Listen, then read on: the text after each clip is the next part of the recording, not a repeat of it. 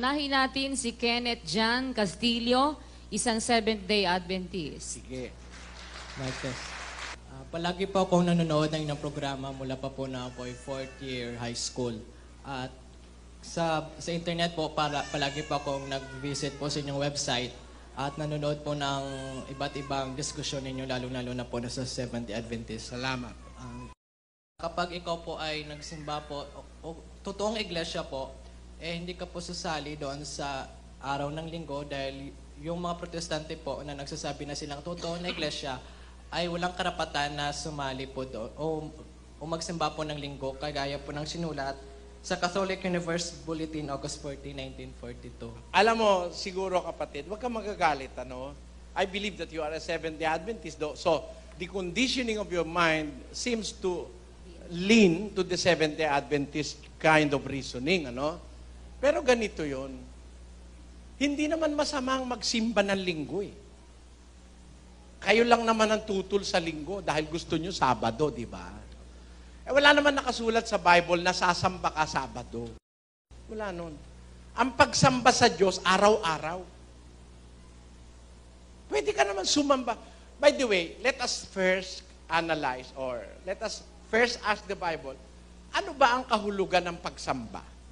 What do you mean by the word pagsamba sa Diyos?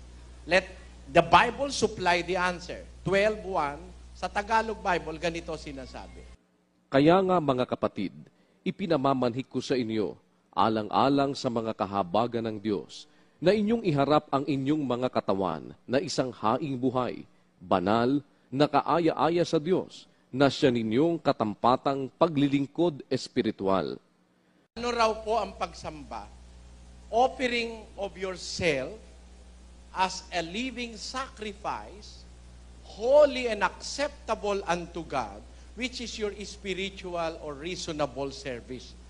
Yun ang katampatang pagsamba. O-offer mo yung sarili mo parang living sacrifice. Alam mo kapatid, kung sabadista kan talaga, sa panahon ng mga patriarka, ang ino-offer nila sa Diyos, papatayin nila yung tupa, papatayin nila yung baka, o-offer nila yon as a burnt offering. Patay na, no? Ngayon, sa New Testament, hindi na yun eh. Inalis na ng Diyos yung pag-o-offer ng mga baka, mga tupa. Lalo na ngayon, ang mahal-mahal ng baka. Sino ngayon makaka-afford yung isang baka, papatayin mo, susunugin mo lang.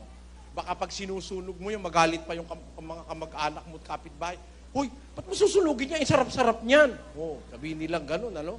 Baka ikaw makagalitan pa. Nung araw kasi sinusunog mga baka, tupa, yahandog sa Diyos. Ngayon, sa panahon ng bagong tipan, hindi na po baka, tupa. Itong sarili natin pinapahandog, pero hindi mo napapatayin para ihandog. Ihandog mo, living sacrifice. Paano ba yung paghahandog ng sarili sa Diyos? Na isang haing buhay. Basahin nga natin sa Hiligay nun yun, kapatid. Gani, ginapakiluoy ko sa inyo, mga kauturan. Bangod sang kaluoy sang Diyos, sa pagdulot sang inyo mga lawas, subong nga halad nga buhi, balaan, kag kalahamutan sa Dios nga amo ang inyo espirituhanon nga pagsimba. Ayan. Ang espirituhanon nga pagsimba, yung paghalad sa inyong lawas. Itong katawan niya, gagawin mong halad para sa Diyos na buhay ka buhay para makagawa ka ng espirituhanon nga pagsimba. Ano ba kahulugan nun? How do we offer ourselves as a living sacrifice unto God? Paano yon? Kunin natin ang paliwanag kay Pablo rin sa 6:13 ng Roma. Dili ninyo itugyan ang inyo bahin sa sala, subong nga galamiton sampagka di matarong, kundi itugyan ang inyo kaugalingon sa Dios, subong nga buhi, gikan sa mga patay, kag ang inyo mga bahin, subong nga mga galamiton sang katarungan sa Dios. Ayon. Ihandog nyo ang inyong mga bahin, Opo. ang inyong mga sangkap. Opo. The entire body itself, ihandog mo sa Diyos na isang haing buhay na ano yon? Mga kasangkapan ng katwiran ng Diyos.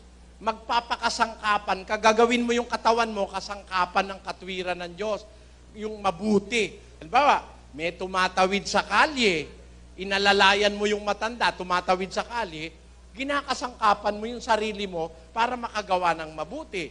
Halimbawa, nagugutom kapitbahay mo, binigyan mo ng isang kabambigas, o naging kasangkapan ka ng Diyos para makaraos yung kapitbahay mo.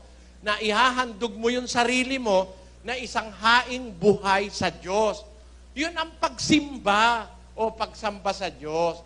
Kaya ang pagsamba, pwede ka sumamba ng umaga, tanghali, hapon, Lunes, Martes, Miyerkules, Huwebes, Biyernes, Sabado. Ang pagsamba, yung paghahandog ng sarili sa Diyos.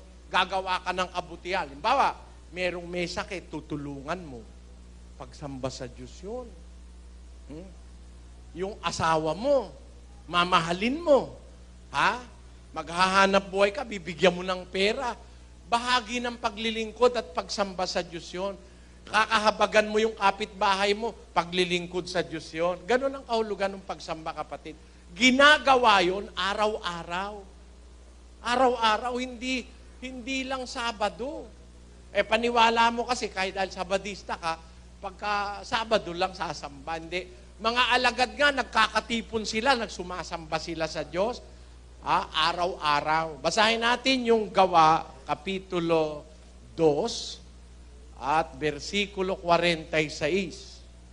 At araw-araw sila'y nagsisipanatiling matibay sa pagkakaisa sa templo at sa pagpuputol-putol ng tinapay sa bahay-bahay, at nagsisikain sila ng kanilang pagkain na may galak at may katapatan ng puso, na nangagpupuri sa Diyos at nangagtatamo ng paglingap ng buong bayan, at idinaragdag sa kanila ng Panginoon araw-araw yaong nangaliligtas. Kita nyo mga kapatid, yung mga alagad nung una, araw-araw pa eh. Paano mo naman sasabihin Sabado lang? Araw-araw nga nagkakatipon, nagpupuri sa Diyos. Kaya yung mga Sabadista, nadaya lang kayo ng mga pastor nyo sa Amerika para bang Sabado lang tayo pwedeng sumamba. Hindi. Mga unang Kristiyano nga, kahit linggo, nagkakatipon sila. First day of the week. Basahin natin yung 27 ng Gawa. Sa nahaunang adlaw sang simana, sang nagtipon kami sa pagtipik-tipik sing tinapay. Nagwali sa ila si Pablo, nga buot magtaliwan sa adlaw nga madason. Kag siya nagpalawig sang iyawali, tubtob sa tungang gabi. Tamo? Ano yan? Nahaunang adlaw sang semana. The first day of the week.